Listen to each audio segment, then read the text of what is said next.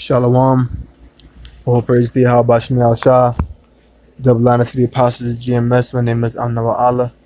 Coming at you in the video. That noise in the background, just the air conditioning, so hopefully you can hear me clearly.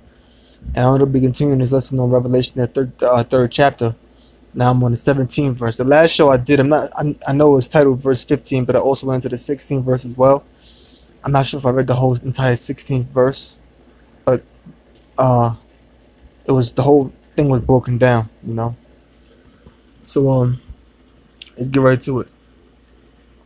Revelation chapter 3 verse 17. Because thou sayest, I am rich and increase with goods. This is from Laodicea, and have need of nothing, and knowest not that thou art wretched and miserable and poor and blind and naked.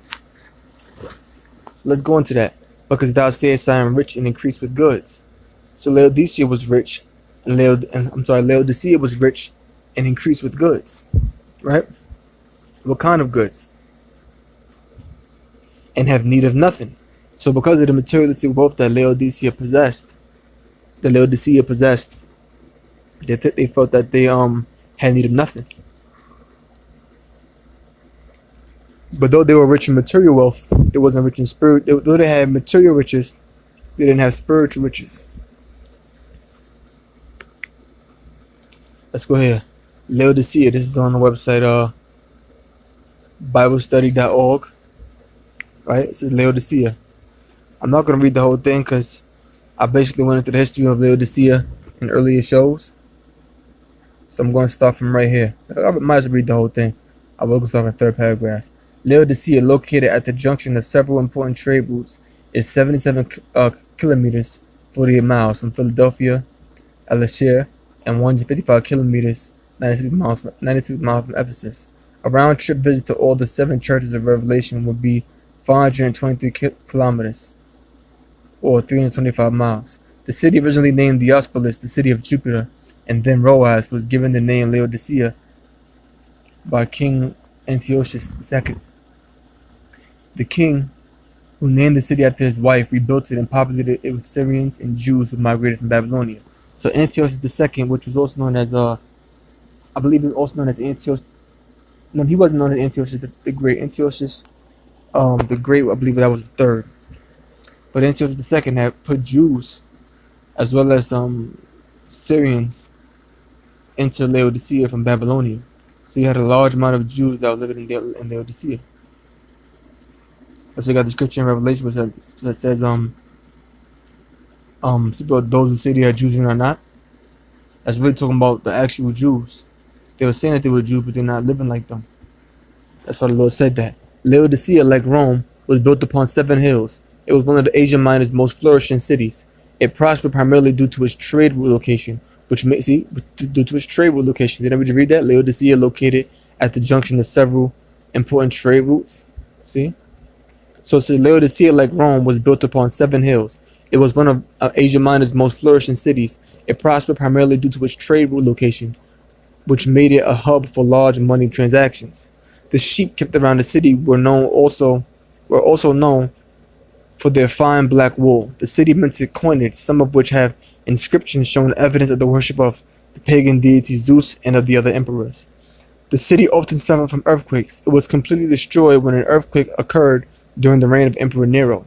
The inhabitants were so wealthy that they declined Roman assistance to rebuild the city and instead opted to quickly rebuild it at their own expense. So that's how rich Laodicea was. That's how rich they were. Let's go back to this verse, Revelation 3:17. Because thou sayest, I am rich and increased with goods, and have need of nothing, and knowest not that thou art wretched and miserable and poor and blind and naked. So though Laodicea had material riches, they didn't have spiritual riches. Because of their riches, they had need of nothing. It's a scripture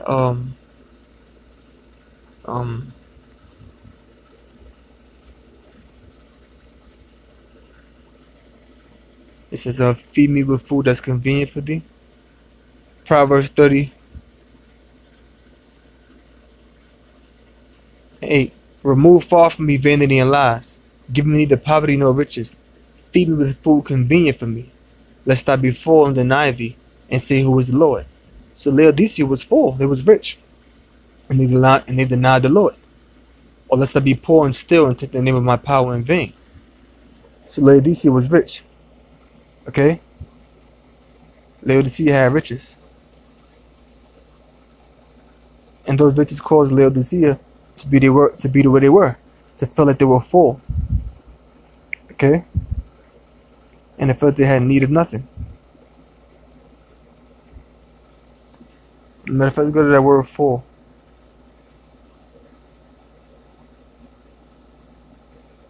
Because I said I'm rich. Did it say full here?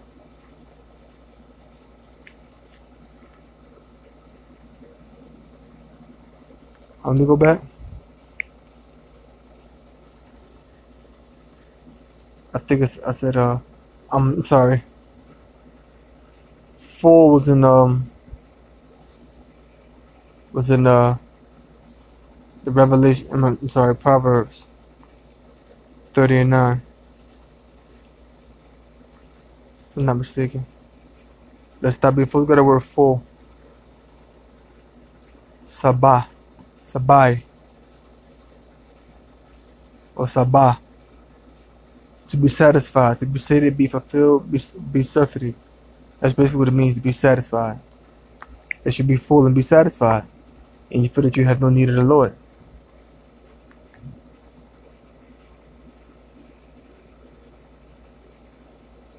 So let's go back to Revelation 3 and 17. Because thou sayest I am rich and increased with goods, Revelation 2:17. Because thou sayest I am rich and increased with goods, and have need of nothing, and knowest not that thou art wretched and miserable, and poor and blind and naked. So the material riches caused them to feel that they had no need of spiritual riches. And once again, they were rich. They was increased with goods. We mentioned here they had they were known for the sheep around the city was known for the fine black wool. The city minted coinage.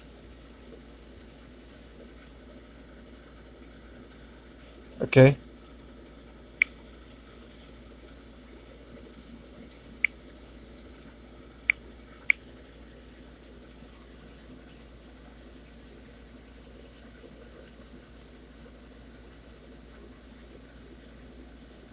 The city minted coinage. Alright. So they made coins. It says a mint is an industrial facility which manufactured coins can be used in currency. So they manufactured coins for currency. I could read more into that, but I want to mainly deal with deal with this here. So let's go on. What else about Laodicea? Oh, the city suffered from earthquakes, and they was able to rebuild their own city without Roman assistance, but use their own money. Here's another website. I went to this on the first beginning of this series, that the world may know. Laodicea, history. The leading city in the valley, talking about the Lycus River Valley, during the 1st century. Laodicea was destroyed by an earthquake in AD 60, according to Roman writer Tacitus. Rome offered to pay for the city to be rebuilt, but the people declined, seeing that they were wealthy enough to restore their own city. Industry. The city was renowned for 3 main industries: a banking center for the province of Asia Minor, including the gold exchange.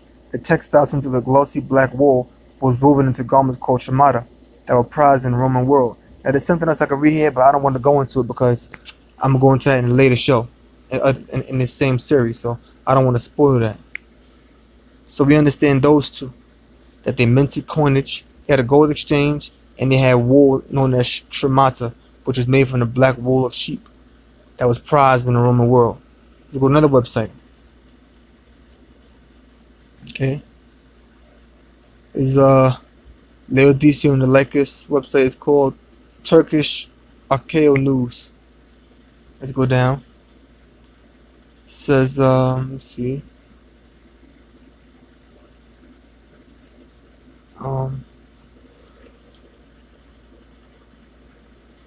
Okay, this is from Roman times. The part that says Roman times. It says trade was the primary source. I'm going to jump down here. Trade was the primary. Going to the whole earthquake thing again.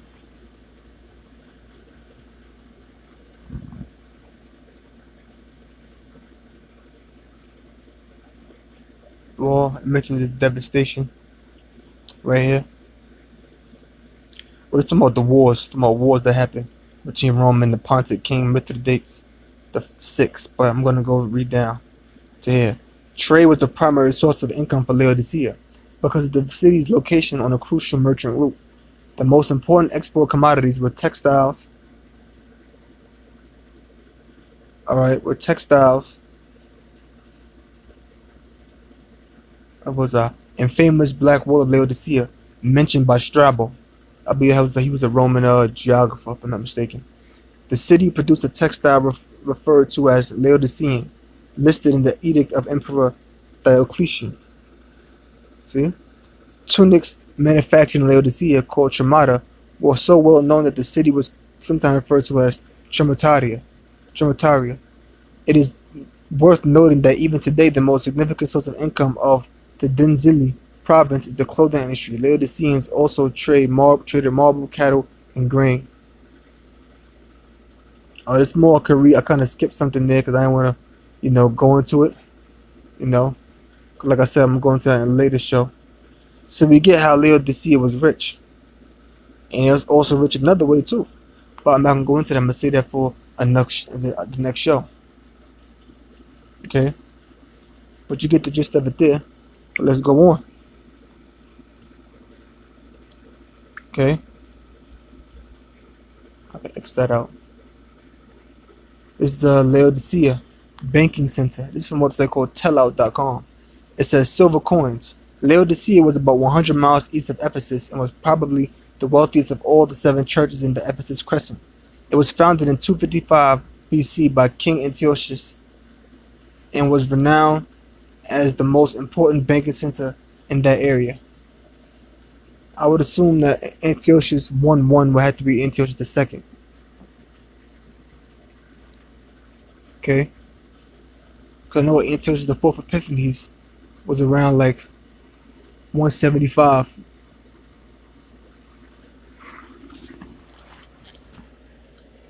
If I'm not mistaken, around like 175 BC. So that had to be the second. Laodicea was named after Antiochus' wife, Laodice. Laodicea was so prosperous that many of the Greek cities, it minted its own coins. It was also known for the manufacture of specialty woolen garments and boasted a medical school that administered eye and ear ointments. Wealthy city. When Cicero, who was a Greek philosopher and one of Rome's greatest speakers from 43 BC, from 106 to 43 BC, when Cicero, who was a Greek philosopher and one of Rome's greatest speakers, was traveling in Asia Minor, it was at the Laodicea banking center that he cashed his letters of credit. Laodicea was certainly one of the wealthiest cities in the Roman world at that time.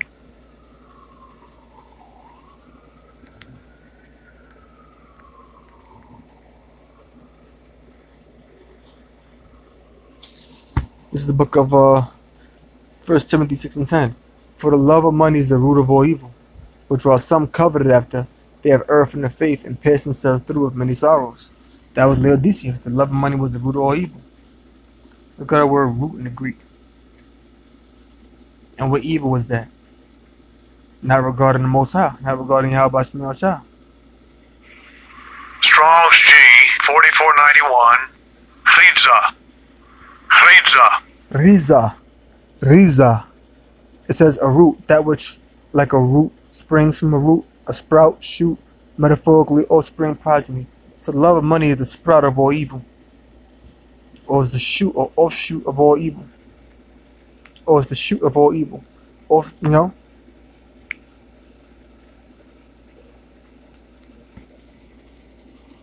Let's go back. Okay.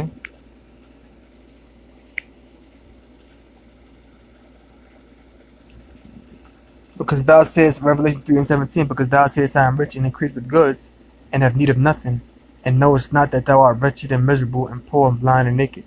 They didn't know they was wretched and miserable and poor and blind and naked, man.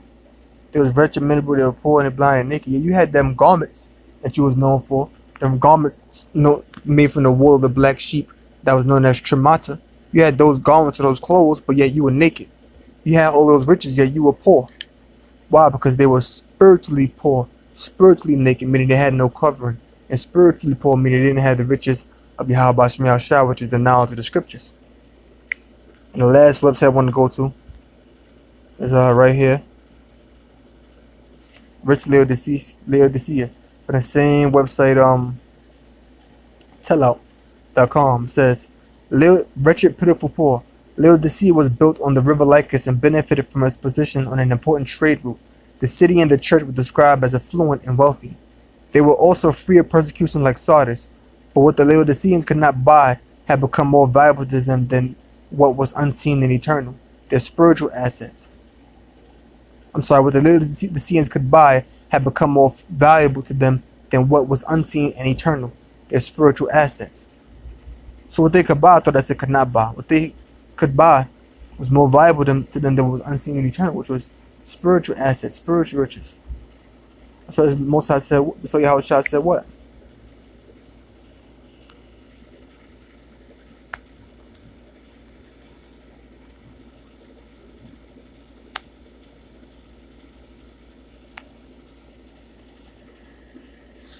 Matthew chapter 6, verse 19. Lay not up for yourselves treasures upon earth, where moth and rust doeth corrupt, and where thieves break through and steal. So garments, moths can eat garments. Gold can rust, and thieves can break through and steal those objects. But lay up for yourselves treasures in heaven, where neither moth nor rust doeth corrupt, and where thieves do not break through and steal. Thieves can't break through and steal in heaven. Okay? In the spiritual riches that we store in heaven, moths can't corrupt, nor can rust corrupt, because the riches are spiritual. They're not tangible, meaning they're not perceivable, they're not capable of being touched. It's spiritual. Okay? They said, back to this website here, they said, I am rich, I have acquired wealth and do not need a thing. Which that's not the King James Version. I just recognized that.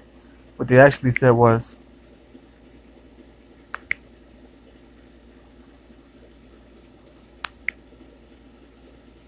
because thou sayest, I am rich and increase with goods and have need of nothing. That's what they actually said.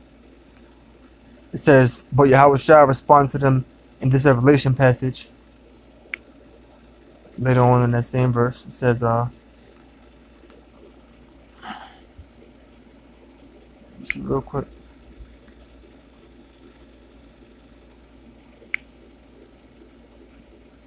Tomorrow being wretched, poor, and blind, naked, it says, because thou sayest, I am rich and increase with goods and have need of nothing, and knowest not that thou art wretched and miserable and poor and blind and naked. This offended the Laodiceans, who boasted of their wealth, their thriving healing eye ointment treatments, and their rich clothing. Okay? So with that, I'm going to close. That's basically the...